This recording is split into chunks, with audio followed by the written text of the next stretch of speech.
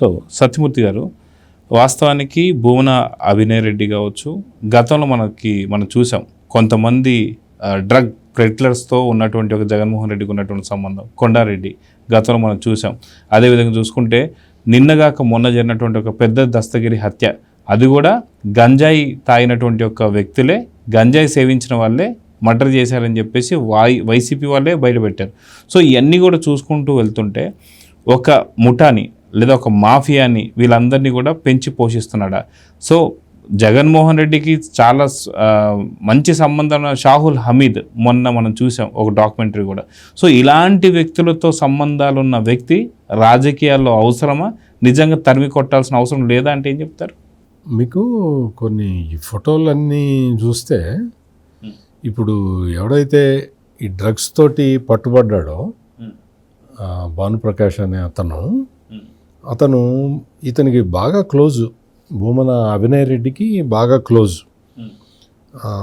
అంతేకాదు తిరుపతికి విచ్చేసిన వైఎస్ఆర్ కాంగ్రెస్ పార్టీ రాష్ట్ర కోఆర్డినేటర్ సజ్జల రామకృష్ణారెడ్డి గారితో కూడా ఈయన కలిసి ఉన్నాడని చెప్పి ఇక్కడ మనకి రోజా వాళ్ళిద్దరు డ్రగ్ పెడ్లర్స్, ఇతను సజ్జల రామకృష్ణారెడ్డి,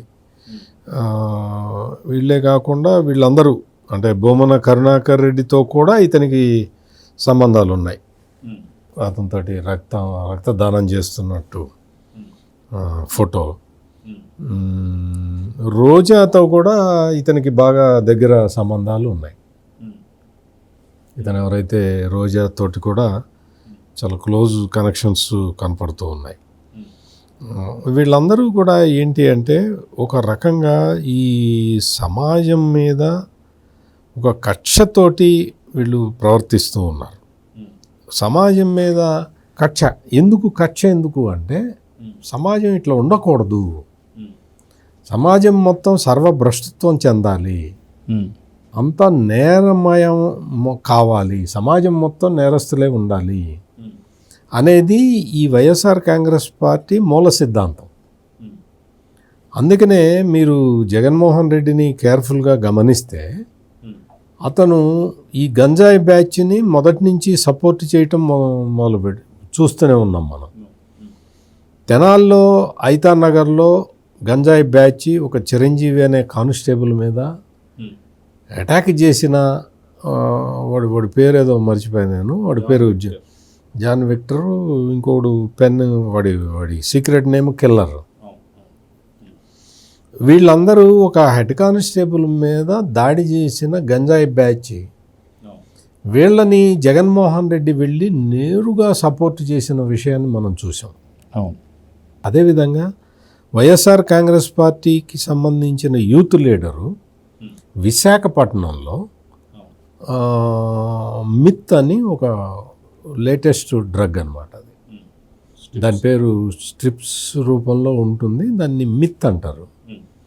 అది ఈ గంజాయి బ్యాచ్ వీళ్ళందరికీ, గంజాయి తరతడకి తీసుకునే వాళ్ళందరికీ చాలా ఎక్కువ సంవత్సరాలు తీసుకుంటే వాడికి గంజాయి వల్ల కిక్ రాదు కాబట్టి డ్రగ్ని మారుస్తూ ఉంటారు అన్నమాట.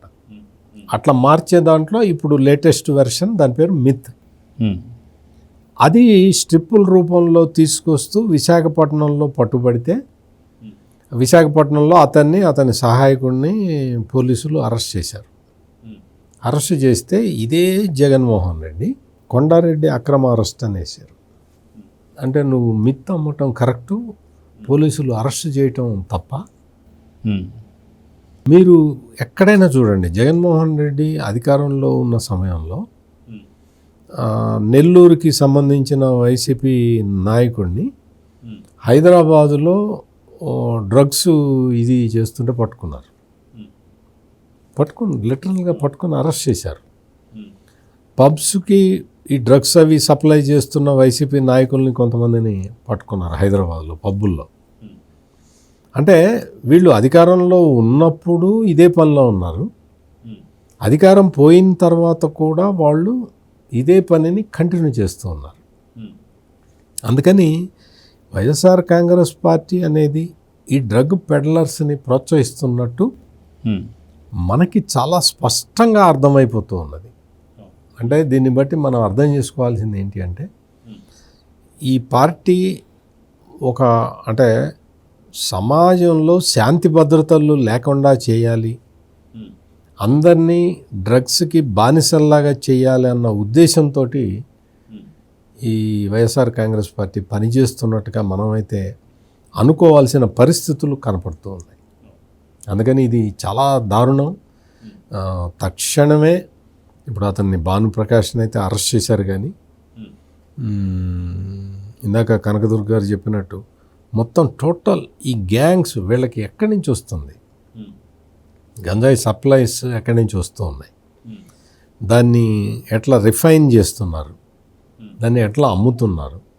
ఇప్పుడు గంజాయి అమ్మటం అంటే డబ్బులు జనరేట్ అవుతాయి కదా, ఆ డబ్బులన్నీ ఎక్కడికి వెళ్తున్నాయి. ఇప్పుడు నేను ఇందాక చెప్పా కదా, 10 ప్యాకెట్లు అమ్మితే ఒక ప్యాకెట్ నీకు ఫ్రీరా అంటే ఆ ఒక ప్యాకెట్ కోసం వీడు 10 ప్యాకెట్లు అమ్ముతున్నాడు. అమ్మటం అంటే ఉత్త ప్యాకెట్ ఇచ్చేసి వెళ్ళటమే కదా, ఏదో బస్ స్టాండ్లో రైల్వే స్టేషన్లో పాంప్లెట్ ఇచ్చినట్టు ఇవ్వటం కాదు కదా, డబ్బులు కలెక్ట్ చేయాలి. ఆ కలెక్ట్ చేసిన డబ్బులు ఎక్కడికి వెళ్తున్నాయి అనేది ఇప్పుడు తిరుపతి పోలీసులు దాన్ని ఖచ్చితంగా కనిపెట్టాల్సిన విషయం. గంజాయి ఎక్కడి నుంచి వస్తున్నది అనేది ఒకటి, ఈ డబ్బులు గంజాయి అమ్మిన డబ్బులు ఎక్కడికి చేరుతున్నాయి అనేది ఒకటి. ఈ 2 విషయాలని ఖచ్చితంగా పోలీసులు సీరియస్గా తీసుకోవాలి. దీన్ని నా రిక్వెస్ట్ ఏంటంటే, తిరుపతి పోలీసులకి నా రిక్వెస్ట్ ఏంటి అంటే, దీన్ని దయచేసి దీన్ని ఒక రాజకీయ అంశంగా చూడమాకండి. రాజకీయ నాయకులు ఇన్వాల్వ్ అయి ఉన్నారు కాబట్టి ఇది రాజకీయ అంశం అనుకోమాకండి. ఇది సామాజిక నేరము.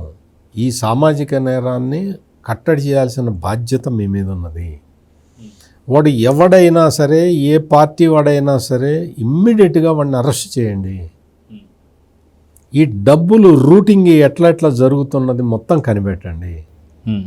దీనికోసం మీరు అహర్నిశలు పనిచేసినా మీ మేలు ఈ సమాజం మర్చిపోదు. ఇది ఈ జాడ్యం గంజాయి అమ్మే ఈ బ్యాచ్ని స్పేర్ చేయొద్దు. వాళ్ళని చట్ట ప్రకారం వాళ్ళని శిక్షించాల్సిన అవసరం అయితే ఉన్నది. కఠినమైన నిర్ణయాలు తీసుకోండి. తిరుపతి పోలీసులు మొత్తం రాష్ట్రం మొత్తానికి ఆదర్శం కావాలి అనేది అందుకోసం అని చెప్పి నేను ఈ సలహాలు ఇస్తూ ఉన్నాను. Please subscribe to Leo news for more videos.